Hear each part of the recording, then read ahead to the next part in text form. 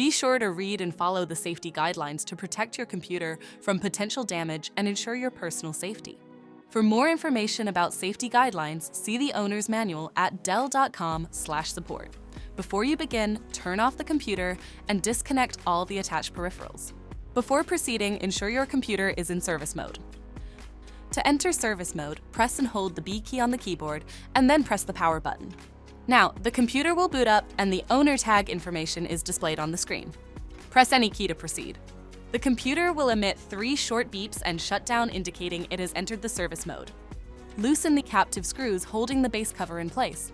Using a plastic scribe, pry the base cover from the palm rest assembly, starting at the top edge and working your way around to release it from all sides. Now, lift the base cover from the palm rest assembly.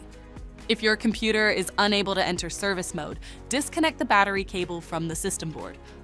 To remove the solid-state drive, 2230, identify the solid-state drive and remove the screw securing it. Unlatch and lift the drive from the system. To reinstall the solid-state drive, 2230, relatch it to the system and install the screw to secure it.